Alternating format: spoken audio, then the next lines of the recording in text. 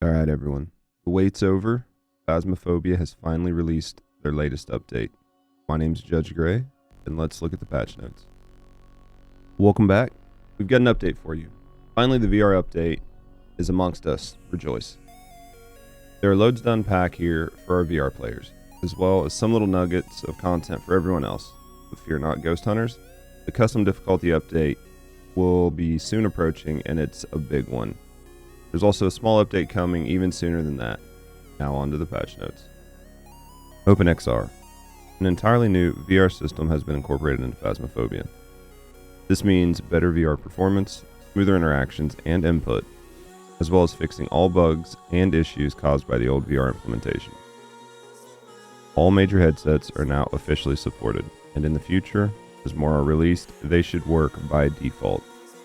VR players will now see a small cursor when attempting to grab objects. There are two options for grabbing objects. The first one is a toggle. Press the button to grab, press again to release. The second option is a hold, requiring you to keep the button pressed down to keep hold of things. Index users note, you can change from squeeze to grab in your Steam VR settings to replace grabbing in other games. The equipment belt and head cam slots in the truck will now highlight when attempting to slot something into them. VR seated mode and left-handed mode have now been added to the options.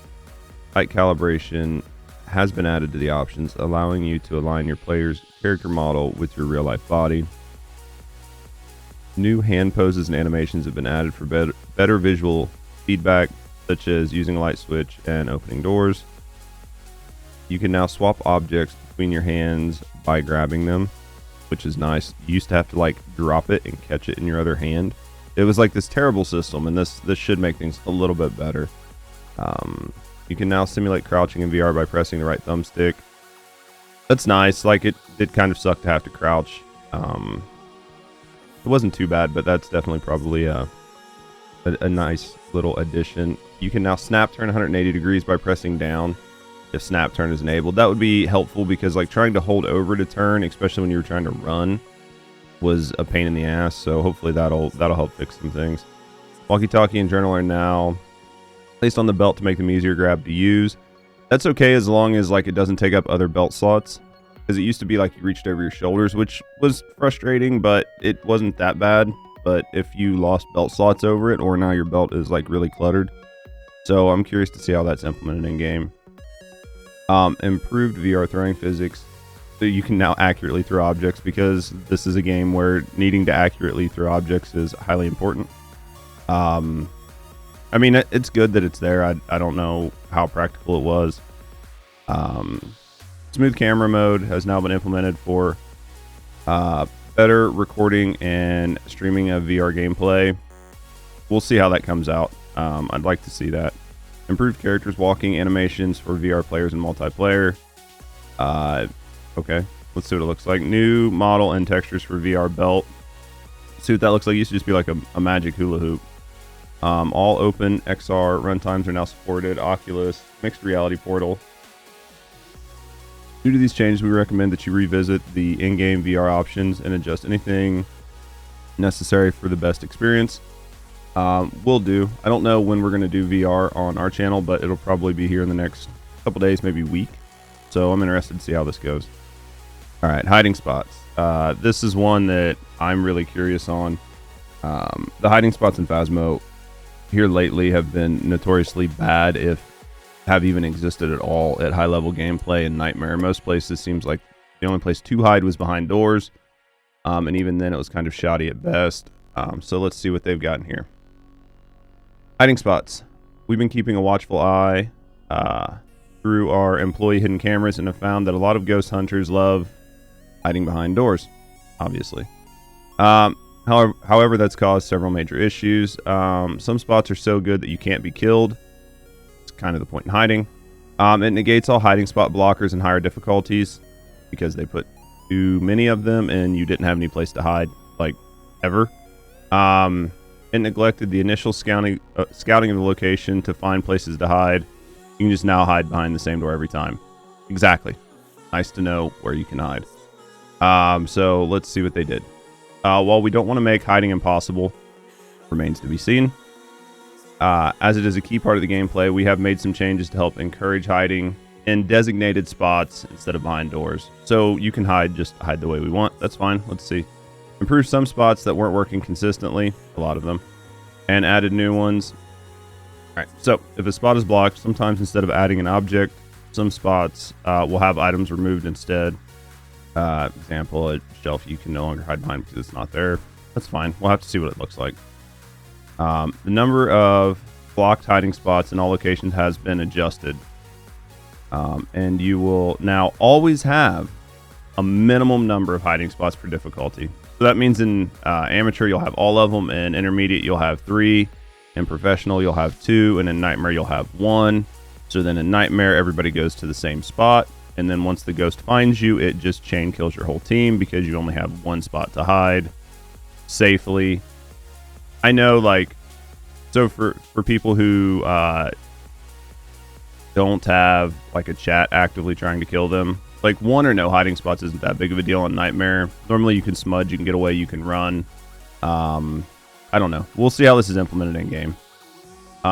Door flaps have been added to the small tents within Maple.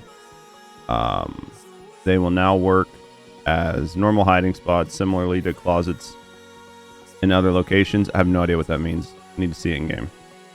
Several doors, objects, and walls have been added or moved to remove several unintended safe spots.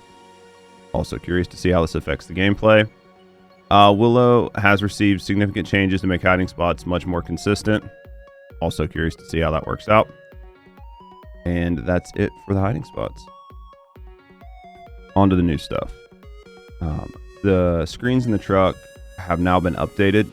Don't know what that means. Don't know if they did the maps or if they changed the layout or if they changed how they read out. We'll have to look and see what that does. Looks like we got the new sound sensor. So the sound sensor has received new visuals and functionality. The sound sensor now covers a spherical area instead of a thin cube. Okay, so and the size has been increased. I don't know how much I like the size being increased. That's me personally. Covers multiple rooms, makes it hard to tell. We'll see how it works. It might just be one of those, like, further from the center, the more dead the sound gets, but then you lose directionality on it. So we'll have to look at it. Sound sensors are now placed in the same way as candles and cameras on tables and floors and other objects. Sounds are now displayed more accurately when shown on the monitor in the van. So we have to see how the new monitor works with the new sound sensor. Maybe it's directional, maybe it shows a cone. So we'll have to get in and look at that. So that could be a good thing, could be a bad thing. It might make them useful, might keep them like F tier. I have no idea. We'll have to look at it. You can now choose different options for how your voice is transmitted locally. You can either do voice activation, push to talk, toggle on or off. Global walkie-talkie transmission will always be push to talk. But we'll see what that is. So you're not going to be able to see here for the Obake because of the spoiler thing. So I'll just have to read off what it said. An Obake can now leave unique evidence on light switches, keyboards, and prison cell doors. So it will leave a double fingerprint on light switches, and it'll leave 5 fingerprint on prison doors and keyboards. So instead of like the smudge, I'm guessing it's going to leave just a full handprint. What else do we have here? You can now cross off ghost types in the journal. This is going to make doing large testing on Nightmare a lot easier. Dead players can now sprint indefinitely. That's good. Don't know why you had stamina as a ghost. That's helpful. New fingerprints have been added for light switches, keyboards, and when they're saying keyboards, they mean like keyboards for a PC or something like that. And prison cell doors. The amount of possible first and last names of the ghost has been greatly increased. Hopefully that didn't take a lot of time other than just adding names to the database. Ghosts can now knock on patio doors in Ridgeview and Tanglewood and leave fingerprints. That's good. New sounds have been added. Hopefully they just differentiated more sounds so we can tell what objects are what a little bit better. Doesn't say if this is ghost sounds or what, so we'll see what it is. Added a light switch. Added a light switch and ceiling lights to Edgefield basement. That's helpful. That the room is pretty dark. Added several colliders the trees in Maple. Let's see if that helps. One of the big issues I've had with Maple is it seems like the ghosts can see you all the way across the map, and they have line of sight, so they just like go into their catch-up mechanic way too fast, and you have no way of dealing with it by the time they actually get to you. So we'll see how that works. We'll see if those colliders are just to keep you from walking through it, or if it keeps the ghost from walking through it, or if it counts as line of sight break. Ghosts can now interact with keyboards to turn on desktop computers in the house maps. Okay. The soft shadow settings will now affect all lighting instead of only equipment lights. Interesting. The previous game's photos in the lobby are now easier to see. Added sounds to the lockers. Cool. Added light switches to the cleaning closet in the Maple campsite. Probably helpful. Added eyelashes to the player models. That was needed. There are so many times I've looked at the player models and decided they needed eyelashes. So that's important. Added fingerprints to the toilet stall doors in prison asylum and the school. Okay, that helps. Updated engine for better performance, increased stability, and VR compatibility. So that's it for everything new. All right, on to the changes. Volumetric lighting has been temporarily removed and will return with foggy weather in an update later. Probably good. Volumetric lighting was absolutely terrible. That's why we always turned it off. So, yay, now everybody gets what we have. And people stop asking why my game looks much more crisp than theirs does. Fingerprints will now be placed on light switches instead of next to it. As long as it's obvious, I don't mind. I didn't mind it beside the light switch, even though it didn't make sense because you could see it. If they put it on the little flippy thing, it's going to be hard. Several light switches have been moved to more intuitive positions. Curious to see which ones they moved. There were a lot that needed it, so that's going to be exciting. Several assets have been moved, such as garden fences, to better align them with the environment. I guess maybe to stop people from glitching into things. I have no idea. We'll see. I bet for most players you won't even notice it. Several floors have had their materials changed. It sounds like they remodeled some carpets. We'll see if that was part of the new sounds to help make different rooms sound different. I don't know. We'll look at it and see what it does. The Paramic is junk. The Paramic will now update faster every 1 second instead of every 2 seconds. Maybe that's going to make it easier to detect things. I don't know. I felt like it got some sort of odd stealth nerf before, so maybe this will help with it. We'll test this one in game. Audio effects have been adjusted to improve distinction of sound between different floors. We'll see how that works. It'd be nice. That does suck sometimes when you're trying to figure out if that was in the next room or up above you. Lighting has been adjusted in Ridgeview, Edgefield, and Tanglewood to improve performance. I never had any issues with it, but I know some people with a little bit older hardware did, so we'll see how much that helps. Thunder sound effects have been improved to be more dynamic during heavy rain. Thunder's been pretty loud. Let's see how it sounds. Improved effects for sync taps. Okay, we'll see that in game. Okay. Replace sync tap audio. Also, we'll see if that was a big quality of life change. I don't know. Scrolling with the scroll wheel in the journal has been updated. Don't think I ever tried that. Some spotlights have been adjusted so that they also illuminate the ceiling, i.e. Willow Kitchen and Tanglewood Garage. It's good because it was really weird to see like a pitch black ceiling. We'll see. The computer in Tanglewood is now turned on with the keyboard instead of the screen. Interesting. Placement holograms will no longer cast or receive shadows.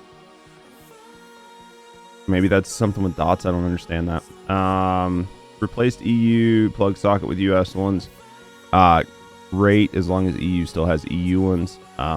Locker doors now have slots you can see through. Oh, like at the top. Interesting. Prison doors are now much easier to slide. That's helpful. Sanity pills price has been reduced to $20 to accommodate the bug fix below. Pretty sure I know what the bug is, but we'll wait and see what it is. Players talking, including using the walkie-talkie, no longer give readings on the paramic and sound sensors. And I guess there was a issue with the bed in Edgefield, so reduce the poly count of many objects, including the bed in Edgefield, hopefully to try to help with performance issues on older hardware. Onto the bug fixes. Fixed a bug where some ghost events didn't play ghost sounds. Interesting.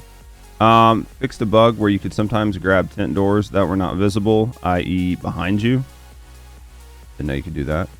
Fixed a bug where some lights on the farmhouse wouldn't stop your sanity from draining.